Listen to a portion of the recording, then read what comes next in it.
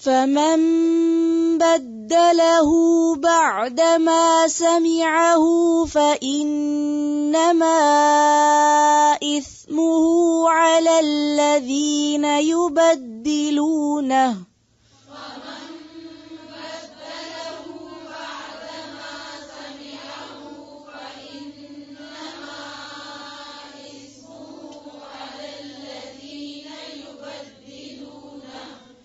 فمن بدله بعدما سمعه فإنما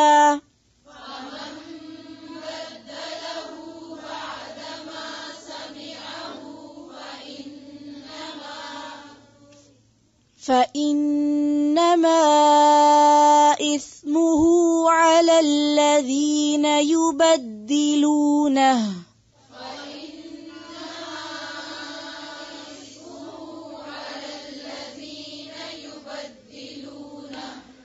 فإنما إثمه على الذين يبدلونه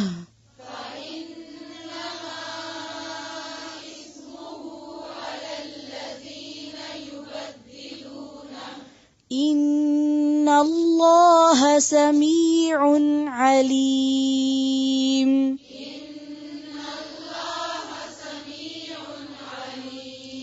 سمیع علیم. فمن تو جو کوئی بدلہ اس کو بدل دے. بدلہ کا کیا روٹ ہے؟ بے دال لام. بعد ما سمعوا بعد اس کے کہ اس نے سنا اس کو. تو من کون ہے یہاں؟ جس نے وصیت کا حکم قبول کیا تھا، یعنی با اختیار وارث. وہ ایک بھی ہو سکتا ہے اور زیادہ بھی ہو سکتے ہیں.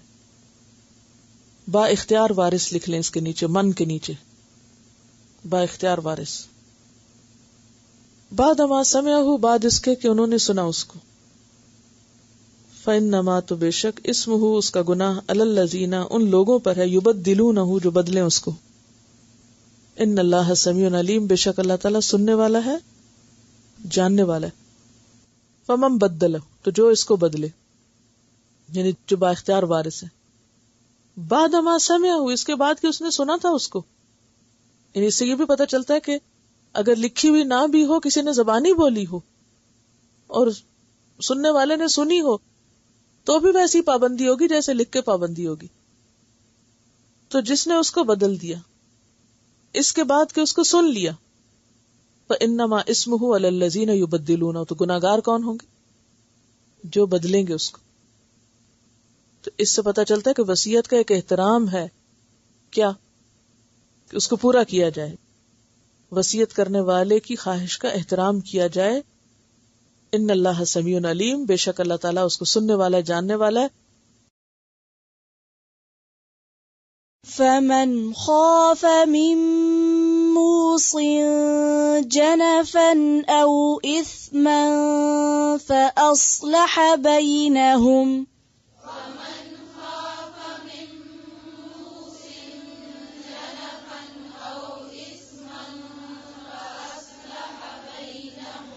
فمن خاف من موص جنفا او اثما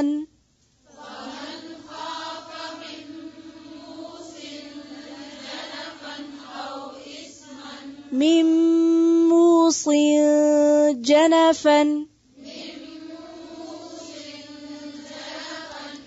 فمن خاف من موص جنفا او اثما فاصلح بینہم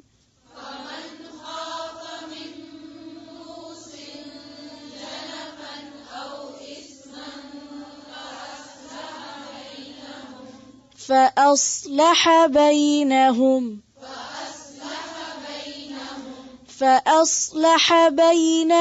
فلا إثم عليه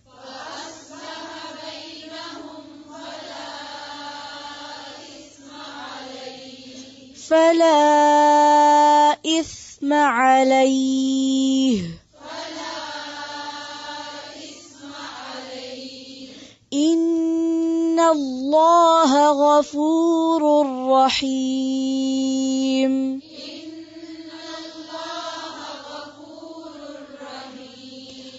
غفور الرحیم. ان اللہ غفور الرحیم.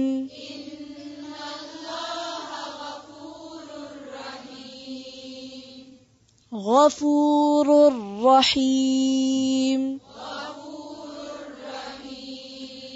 رحیم نہیں ہے، رحیم. غفور الرحیم.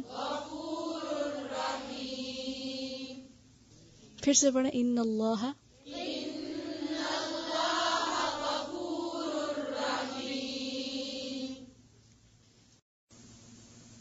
فمن خافا، تو جو کوئی ڈرے. خافا کا لفظ خوف سے، اور خوف کا جو اصل ہے وہ گمان ہے، یعنی خیال، کیونکہ ڈر کا تعلق ہے ہی خیال سے.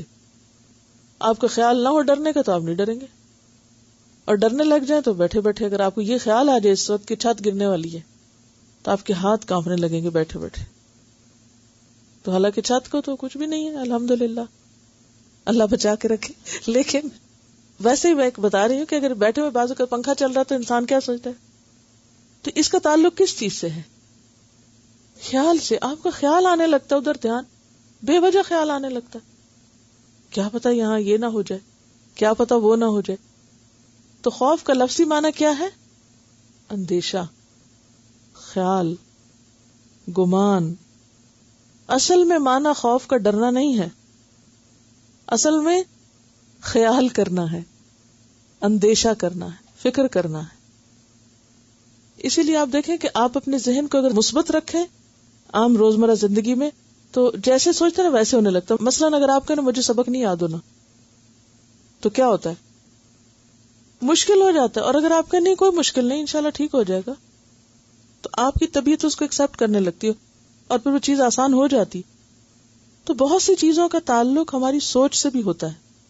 ہم چیزوں کو جیسے دیکھنے لگ جائیں، مثلا آپ سوچیں کہ میں چلی تو گر جاؤں گی، تو کیا ہوتا ہے؟ وہ پاؤں کے اندر ہی کوئی ایسی لہریں ہونے لگتی ہیں کہ آپ واقعی ٹھوکر کھانے لگتے ہیں. تو یہاں خافا کا مطلب کیا ہوتا ہے؟ ڈرنا، خوف کرنا. من موسن، وصیت کرنے والے سے. موسی کون ہے؟ وصیت کرنے والا.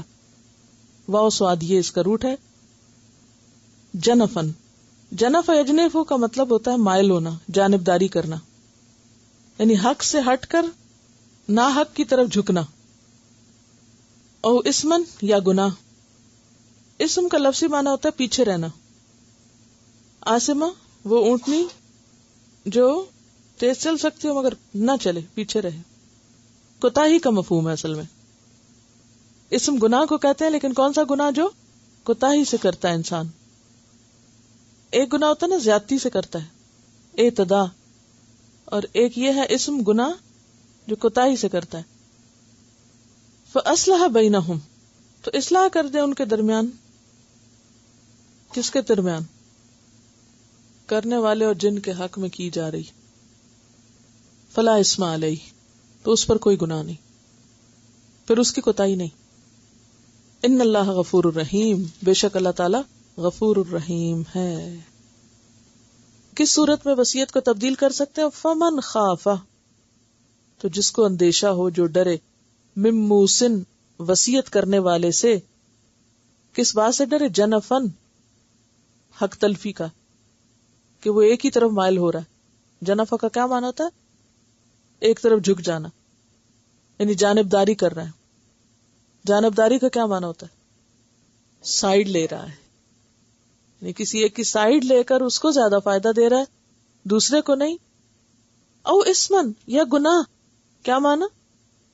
یعنی گناہ کے کام میں روپیہ خرچ کرنے پر وصیت کر رہا ہے. فَأَصْلَحَ بَيْنَهُمْ، تو وہ ان کے درمیان اصلاح کر دے. اچھا، بعض اوقات کیا ہوتا ہے کہ بعض لوگ، ان کو بیچاروں کو شاید یہ پتا نہیں ہوتا کہ اللہ نے خود حصے مقرر کر دیے، وہ اس کو ایک طرف رکھ کے خود ہی حصے کرتے ہیں بچوں کے درمیان اور اس کی وصیت کر جاتے ہیں. تو ایسی وصیتیں ویلڈ نہیں ہوگی. کیوں؟ بعض اوقات ایسا ہوتا ہے نا، چپکے سے کاغذ لکھوا کے رکھ لیا جاتا ہے. ایسے بہت سے مسائب ہوتے ہیں نا خاندانوں میں. بیٹا کیا کرتا ہے، باپ سے سب کچھ اپنے نام کروا لیتا ہے اندر خانے. جب باپ فوت ہوا، دوسرے بہن بھائی آئے کہ ہمارا حق، تو کہتا ہے کسی کا کوئی حق نہیں، یہ دیکھو میرے پاس کاغذ ہے. تو اب یہ کاغذ ظلم پر مبنی ہے. ایسی صورت میں کوئی گواہ نہ بنے اس ظلم پہ. کیا کرنا چاہیے؟ اس کو تبدیل کرنے میں، صلح کرانے میں کوئی حرج نہیں. میت کو بھی گناہگار ہونے سے بچانے کے لیے اور بہن بھائیوں کے تعلقات بھی خراب ہونے سے بچانے کے لیے، یا جہاں کہیں گناہ کا اندیشہ ہے وہاں پھر کوئی حرج نہیں کہ اس میں تبدیلی کر دی جائے. فلا اسم علیہ، تو ایسا تبدیلی کرنے والا گناہگار نہیں ہوگا. گناہگار کون ہوگا؟ جو ایک درست صحیح وصیت میں چینج کرے اپنی مرضی سے کچھ کر دے. ان اللہ غفور الرحیم، بے شک اللہ تعالیٰ غفور الرحیم ہے. کس کے لیے؟ جو اس وصیت کو بدلے. تو ایسا تبدیلی کرنے والا گناہگار نہیں ہوگا.